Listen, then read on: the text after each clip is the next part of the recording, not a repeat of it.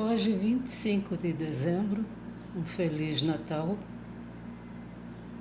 2024, que todos estejam bem, festejando o dia de Natal. Mais um influencer, youtube.com. O livro hoje é Anatomia do Nojo, a Dark Side. O autor é William Ian Miller. Um verdadeiro banquete sobre a vida. É psicologia e filosofia. Bastante interessante.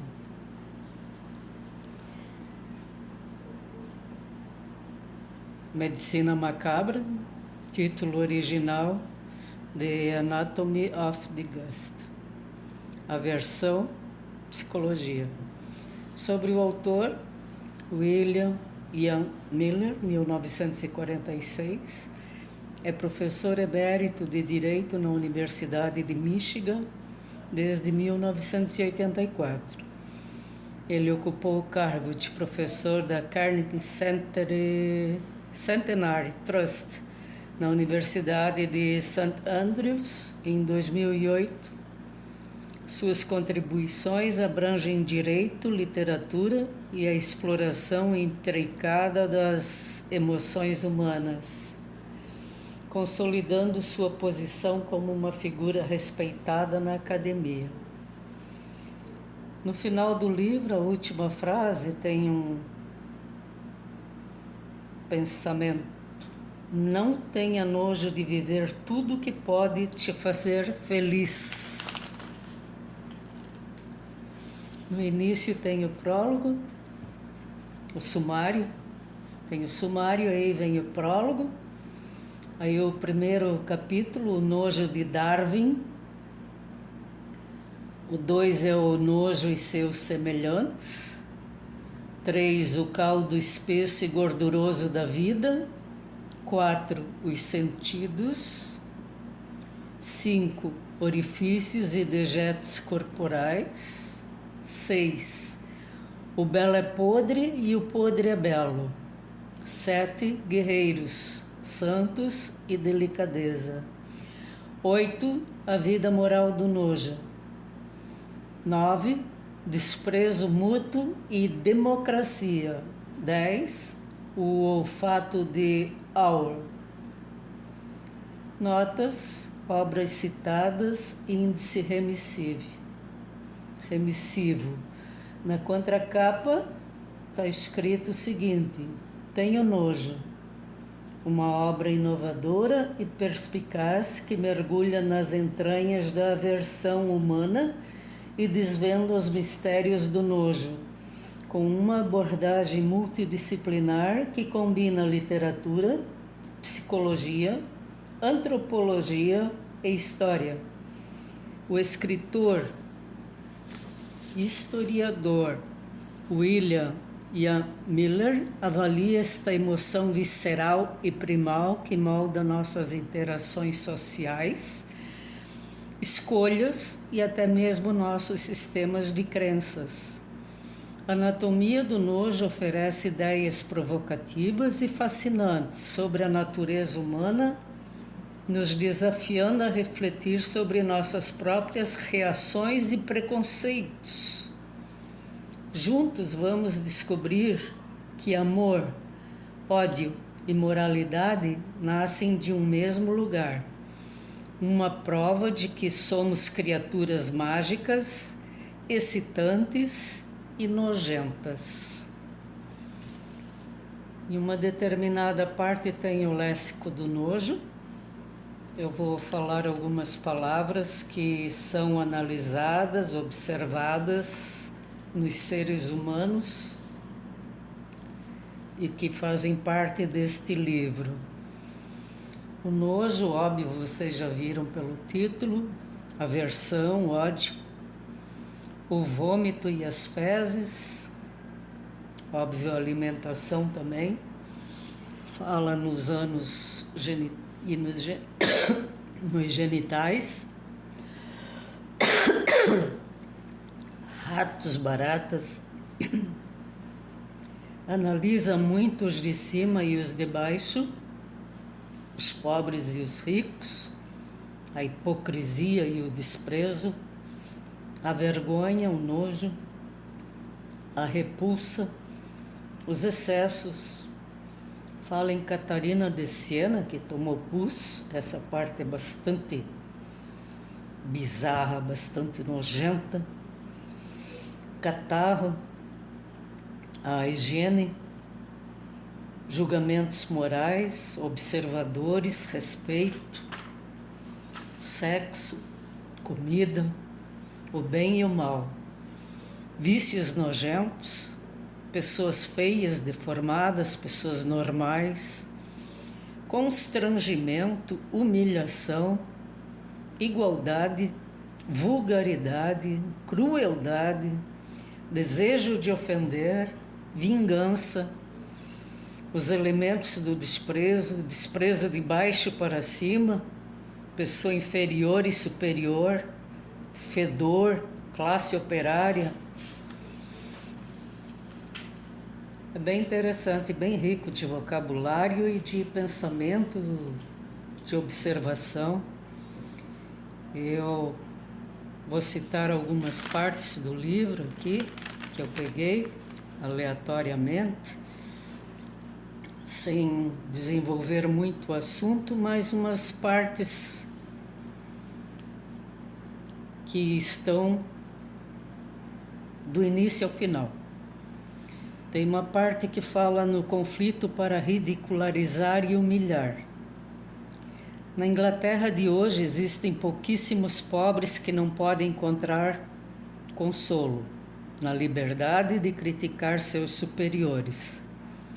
O cavalheiro da nova lavra não tem nenhuma segurança de que não terá sua tranquilidade perturbada por esse tipo de sarcasmo agudo e hostil. Essa propensão muitas vezes pode até ser encorajada e tida como conducente aos mais salutares dos propósitos. William Hazlitt, por exemplo, se vê em um conflito constante com criadores ou com criados que querem ridicularizá-lo e humilhá-lo. Seus superiores tentam de tudo para se elevar acima deles e eles fazem o que podem para rebaixá-los a seu nível. Eles fazem isso através de pequenos interlúdios cômicos, um drama doméstico diário sobre cada detalhe dos problemas da família, que em geral costumam ser abundantes, ou então eles inventam da própria cabeça o material para essas supostas falhas. Uma outra parte está escrito o seguinte: toda a humildade do mundo seria vista apenas como fraqueza e tolice. Ele não tem noção do que é isso. Sempre se colocam em primeiro lugar e argumentam que você faria o mesmo se tivesse os talentos maravilhosos que as pessoas comentam. Portanto, é melhor você se impor desde o início, intimidar, mostrar confiança e se colocar acima deles. Assim pode arrancar deles um respeito aparente ou uma demonstração de civilidade. Mas com tolerância e cortesia você não vai obter nada de pessoas inferiores, além de insulto irrestrito ou desprezo silencioso.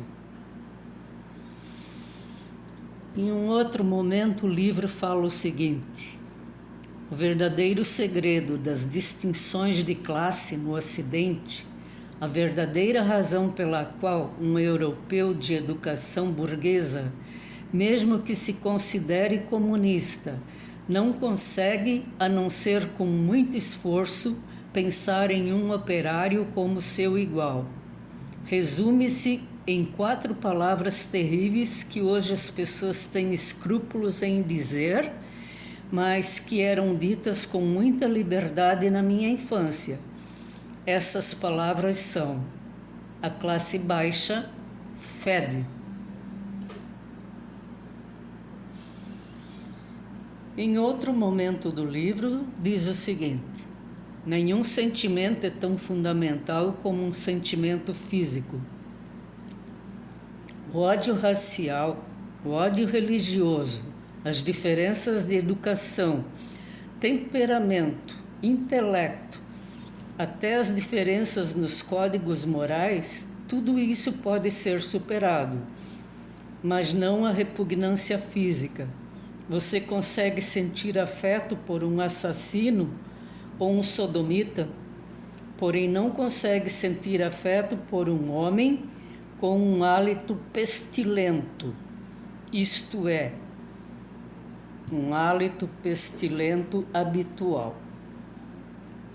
Não importa se a pessoa é levada a acreditar que os membros das classes trabalhadoras são ignorantes, preguiçosos, bêbados, brutais e desonestos, mas quando é levada a acreditar que eles são sujos, aí sim é que o mal está feito.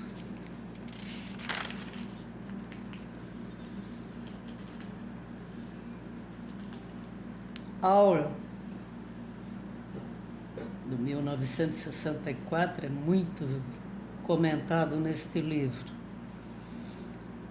O nojo de perto, classe média, não tem como se livrar, porque compõe o que ele é, são o que constitui sua identidade. Para mim é fácil dizer que desejo que as distinções de classe desapareçam, mas quase tudo que penso e faço é resultado das distinções de classe.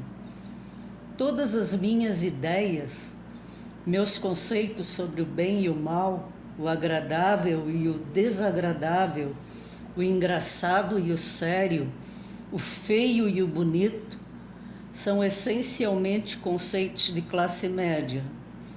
Meu gosto para livros, comida, roupas, meu senso de honra, minhas boas maneiras à mesa, as expressões que uso ao falar, meu sotaque, até mesmo os movimentos característicos do meu corpo, são produtos de certo tipo de educação e de certo nicho que fica mais ou menos na metade da hierarquia social. Para sair do esquema de classes, eu teria que suprimir não apenas meu esnobismo particular, mas também a maior parte dos meus demais gostos e preconceitos. Tenho que modificar a mim mesmo tão completamente que no fim mal serei reconhecido como a mesma pessoa.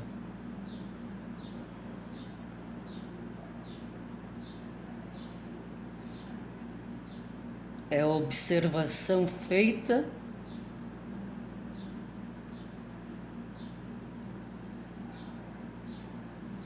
pela psicologia, pela filosofia, pela história, por vários segmentos literários, observadores, a respeito das classes sociais, ou seja, os de cima e os de baixo. Os gostos, os sentimentos, os nojos, aceitação e não aceitação de ser humano para ser humano.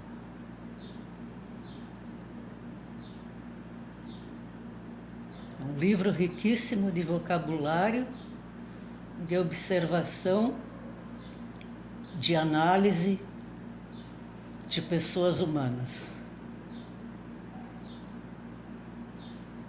Forte, bastante forte. Tem que ter estômago para poder aguentar o que diz esse livro.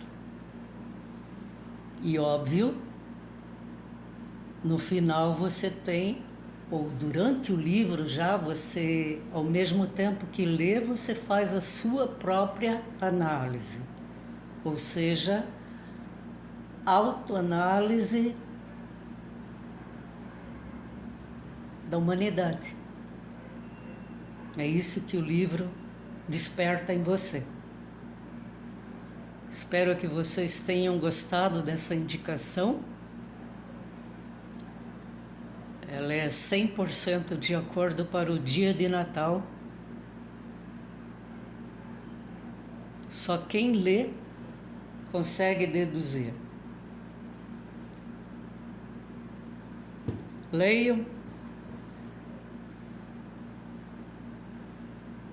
e tirem suas próprias conclusões e façam sua autoanálise. Ele ajuda você a crescer bastante em todos os segmentos da história, da sua vida e da humanidade. Obrigado. Um bom final de Natal. Um abraço a todos.